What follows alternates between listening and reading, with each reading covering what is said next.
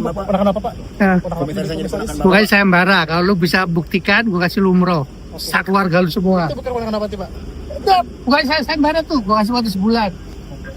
Berarti bukan ponakan Pak. Ya, lu pikir sendiri dah. Menteri Pekerjaan Umum Dodi Hanggodo buka suara soal isu mutasi sejumlah aparatur sipil negara di kementeriannya terkait dengan bocornya surat perjalanan dinas ke Amerika Serikat. Usai rapat kabinet di Istana, Menteri Pekerjaan Umum Dodi Hanggodo membantah mutasi di kementeriannya karena bocornya surat dinas tersebut. Dodi menyebut mutasi merupakan hal yang biasa terjadi. Sebelumnya beredar narasi yang menyebut ratusan ASN Kementerian PU dimutasi ke sejumlah daerah buntut bocornya surat perjalanan dinas Dodi ke Amerika Serikat. Dokumen itu jadi sorotan publik karena nama istri dan anaknya ikut dalam perjalanan dinas itu. Tak hanya soal mutasi, Dodi juga membantah isu yang menyebut keponakannya diangkat sebagai salah satu komisaris BUMN.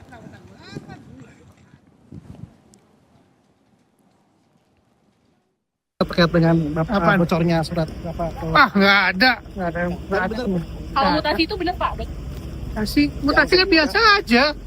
Pegawai gue 38.600 bisa nggak boleh mutasi ya? Tapi berarti bukan karena isu yang surat bocor itu? Nggak ada. Pak, yang komisaris jadi ponakan apa, Pak? Ya. Komisaris aja diponakan Bukan sayembara, kalau lu bisa buktikan gue kasih lu umroh. Satu keluarga lu semua. Itu bukan ponakan apa, Pak? Bukan sayembara tuh, gue kasih waktu sebulan. Berarti bukan ponakan Pak? Ya, lu pikir sendiri dah. Sebelumnya, Menteri PU Dodi Hanggodo jadi sorotan usai surat dinas ke Amerika Serikat bersama dengan istri dan anaknya tersebar di media sosial. Sekretaris Jenderal Kementerian PU saat itu, Apri Artoto menjelaskan, nama istri dan anak Menteri PU dalam surat dinas tercantum untuk keperluan pembuatan visa. Namun, biaya perjalanan dinas ke Amerika Serikat untuk keluarga menteri tidak menggunakan APBN, melainkan melalui dana pribadi. Dalam list itu ada anggota keluarga. Itu memang di dalam di dalam komunikasi kami dengan Kementerian Luar Negeri dalam rangka pengurusan visa itu sebaiknya memang dijadikan di dalam satu daftar. Pembiayaan terhadap keluarga itu tidak akan menggunakan dana APBN. Kalau memang terjadi ada pemberangkatan dari anggota keluarga, maka pembiayaan akan menggunakan dana pribadi. Sementara itu, saat meninjau jembatan Enang-Enang di Benar Meriah Aceh 10 Juli lalu, Menteri PU Dodi Hanggodo juga menjelaskan alasannya batal ke Amerika Serikat. Ia menyebut dirinya lebih memprioritaskan tinjauan ke jembatan Enang-Enang yang dibangun atas swadaya masyarakat usai banjir bandang. Berdasarkan surat dinas yang tersebar, Dodi dijadwalkan hadir dalam high-level meeting on the midterm review of the new urban agenda di markas PBB New York. Mungkin bisa diklarifikasi apa? Kunjungan ke Amerika Pak. Enggak jadi kan lebih penting kesini gua. Nah, artinya Penting kayak enang-enang daripada Iya. Artinya batal Pak ke sana. Batal. Bapak mau ke NTB nih sekarang? Enggak batal. Kalau ke Amerika batal karena saya lebih pentingkan ke enang-enang nanti kemudian ke Agam. Ya, luar biasa Pak. Daripada ke Enang-Enang bagusan, daripada ke sana bagusan ke Enang-Enang. Lagi saya udah Oke. balik ke Amerika. Iya. Ayo Pak. Berarti soal surat itu gimana sih Pak? Menteri Pekerjaan Umum Dodi Hanggodo tengah menjadi sorotan publik terkait mutasi massal ASN di lingkungan Kementerian PU. Kebijakan ini memicu polemik karena beredar bersamaan dengan bocornya dokumen rencana perjalanan dinas Menteri PU beserta keluarga ke Amerika Serikat. Lebih lengkap saya akan bahas ini bersama Media Wahyudi Askar, Direktur Kebijakan Publik Selios Mas Medi. Selamat sore dengan Tifal di sini. Selamat sore, Mas. Hal apa yang Anda cermati dari respons dari Menteri PU tadi? Ya, saya kira ada persoalan etika yang sangat parah ya di antara pejabat publik kita.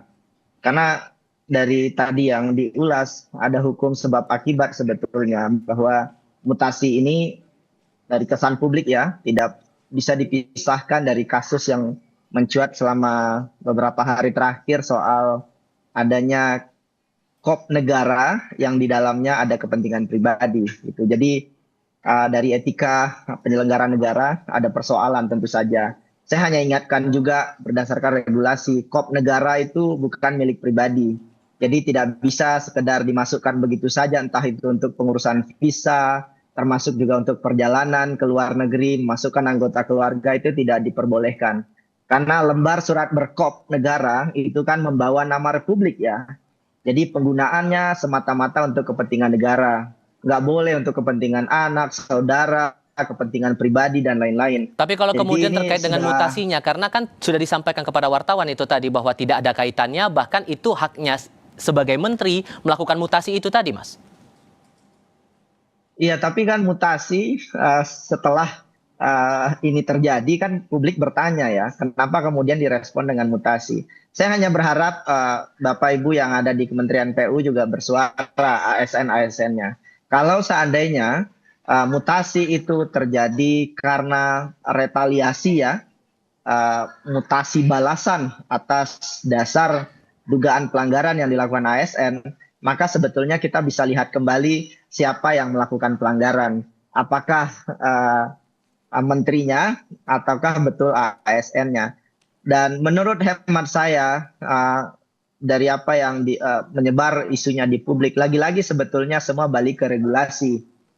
Yang ingin betul-betul kami tanyakan kepada Menteri PU adalah apakah mutasi itu betul-betul berdasarkan kompetensi kinerja, kebutuhan organisasi, atau tindakan yang semena-mena terhadap pegawai yang dianggap terlibat dalam bocornya surat tersebut. Sehingga ekspektasi Kalau Anda terjadi- penjelasan apa yang perlu disampaikan oleh Menteri PU? Saya kira Menteri PU sudah menyanggah ya, tapi kan publik merasa ini sangat janggal sekali. Bayangkan Mas, ratusan PNS dimutasi bersamaan, kemudian jawaban beliau seperti tadi.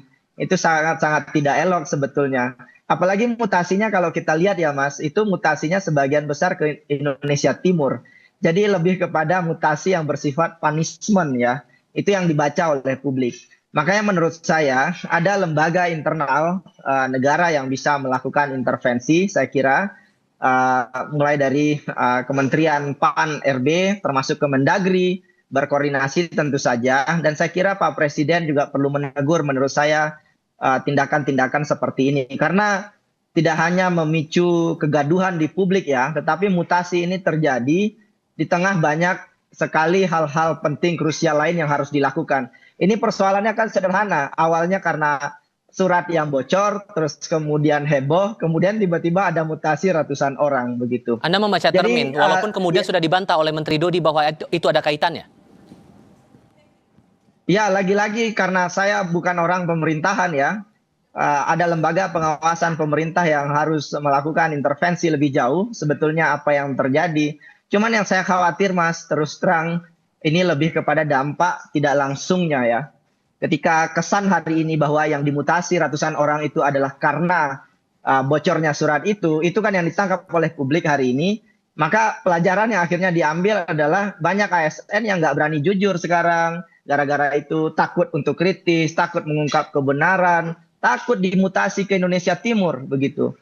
Jadi apa yang terjadi beberapa hari terakhir berkaitan dengan Kementerian PU ya, saya kira harus dijawab oleh pemerintah, dan menurut saya jawaban-jawaban dari Kementerian PU kurang elok ya, dan harus direspon oleh lembaga-lembaga lain, terutama lembaga di atasnya. Saya berharap ini segera bisa ditemukan Mas solusinya. Kalau ada pelanggaran yang mungkin dilakukan oleh Pak Menteri, ada potensi abuse of power berkaitan dengan ini, maka sebetulnya itu bisa dilakukan langkah lanjutan oleh ASN yang bersangkutan dengan mendorong pengaduan ke Ombudsman dan beberapa langkah yang lain. Tetapi lagi-lagi ya, ASN ini berada di posisi yang lemah Mas dalam konteks ini, begitu Mas. Dengan pola yang walaupun kemudian sekali lagi sudah dibantah oleh Menteri PU ada kaitannya dengan surat yang heboh di media sosial itu, pola-pola semacam ini, masalah mutasi ini bukankah hal yang juga lumrah sebagai bagian dari evaluasi dan pengembangan struktural juga Mas?